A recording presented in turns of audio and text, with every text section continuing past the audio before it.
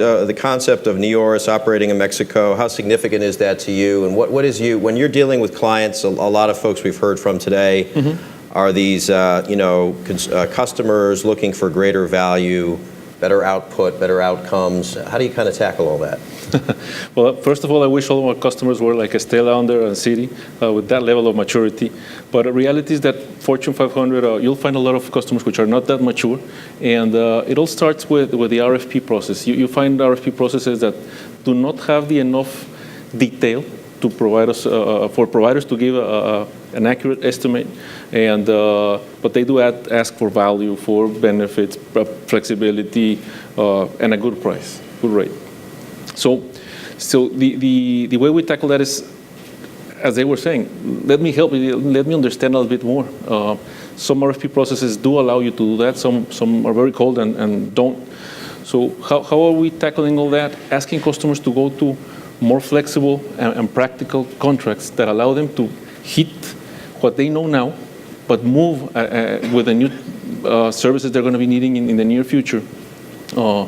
Being agile, being flexible to work on that, and build a relationship that goes from a starting service to a real partnership, a trust partnership that can mold itself to tomorrow's needs. So we like a hybrid where the customer has the option to exit, but is going for a 3 to 4 year contract at least. Are there new niches you're seeing, particularly perhaps around big data? I know you guys have done SAP for years. Can you help me? And I thought it was a fascinating part of how this whole market works is if the client on one end is driving that demand, you're looking to deliver it, and then you're going to your local populations and figuring out, okay, do I have the talent existing? Do I have to bulk up? Tell us about all of that piece. Yep. Well, you know about the Healthcare Act here in the U.S. That's a big thing. Some of the hospitals in Latin America, we've been implementing the ERP in the back, plus the electronic medical records, plus the integration to the clinical systems. And on top of that, all the business intelligence to make clinical decisions and to make management decisions that the managers of the hospital, they need money at the end of the day. So doing that, we're trying to package that and take it to the U.S. The U.S. will present, in that specific industry, presents a challenge because they're very used to have low budgets in the IT department and insource a lot. So we're doing the spreading the word. Let us tell you what we've done. Show them that there's already some meaningful 7, which is the maturity rank in the healthcare space for some of the hospitals in Latin America. We've done those. So why don't consider a nearshore provider that can work with you or your partner with your on-site provider and work out something that benefits at the end. So Marco, how do you manage to, and to what degree is ProSoft involved with trying to build that pool of human capital, talented people? Yep. How do you get them engaged? How do you get them incentivized to want to work in this industry? Well, actually, we work a lot with in this topic. I think human resources and specific talent, it's something crucial for us.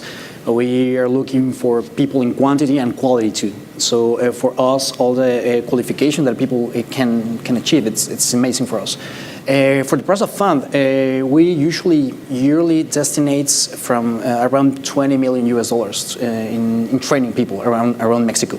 We have a specific initiative called Mexico First. And the idea is kind of a broker. It links supply and demand. So in one side, they talk with the firms, the IT companies that has all this technology. And for the other one, they talk with academia and companies that need people to be trained. So Mexico First linked these two worlds together. And we give grants to Mexico First. And usually, well, that's amazing for us. In the last 4 years, I think, we have certified more than 60,000 people, and I mean certified. It's a lot of people trained, but certified in different technologies. And it goes from technical to soft skills too. So that's and English, of course. So that's how we're addressing that part. So I always think that's encouraging for any of you doing your due diligence in Latin America when you see these programs that are consistent regardless of the political regime. ProSoft, which is the public policy that has helped develop the IT industry in Mexico, has been running for about 12 years. This means 3 different federal administrations. And working together has solidified companies like Neoris, like Softec, like new companies that are here with you for their first time. For example, iTexico, Finance Tech, and you know, all the companies that are trying to become household names here in the U.S., like Dextra, Praxis, formerly Ildebrando, and because of that continuous effort of working together between the government and the private side, and of course with the help of the government promotion agency, ProMexico, which I thank you, Gerardo, for being here.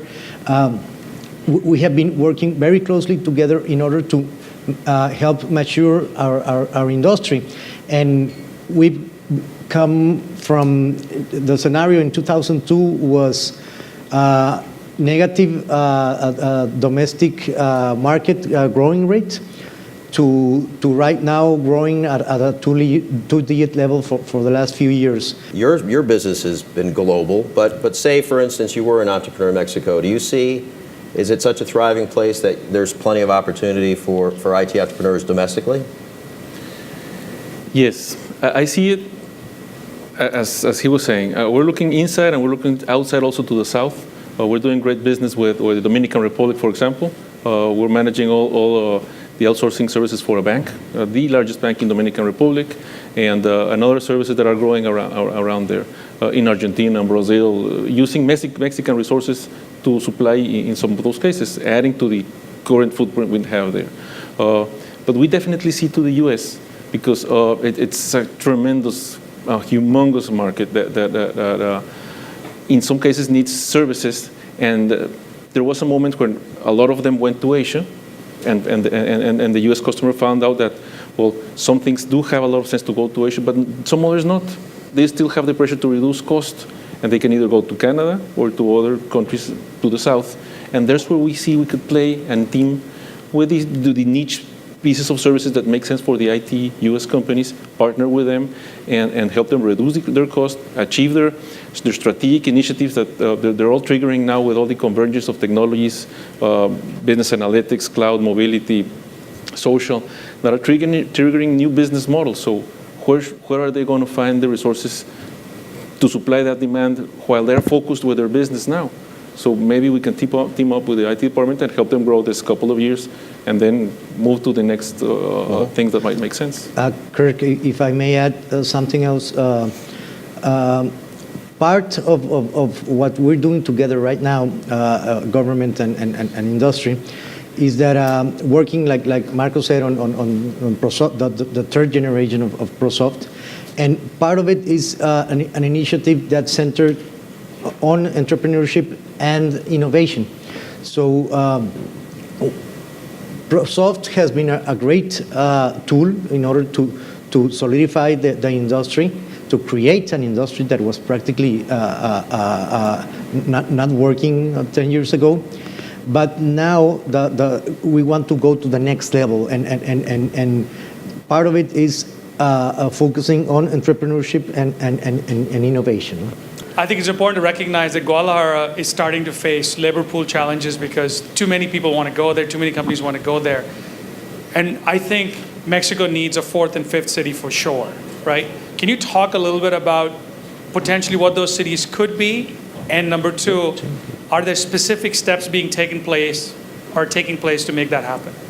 Us as systems integrators and other ones that are here have helped develop cities like Aguascalientes or Culiacán based on the IT space. Queretaro is growing tremendously on the BPO space. A lot of banks and big companies putting their BPO services over there. The government of Guanajuato is also pushing to grow the IT department, the IT cluster space also.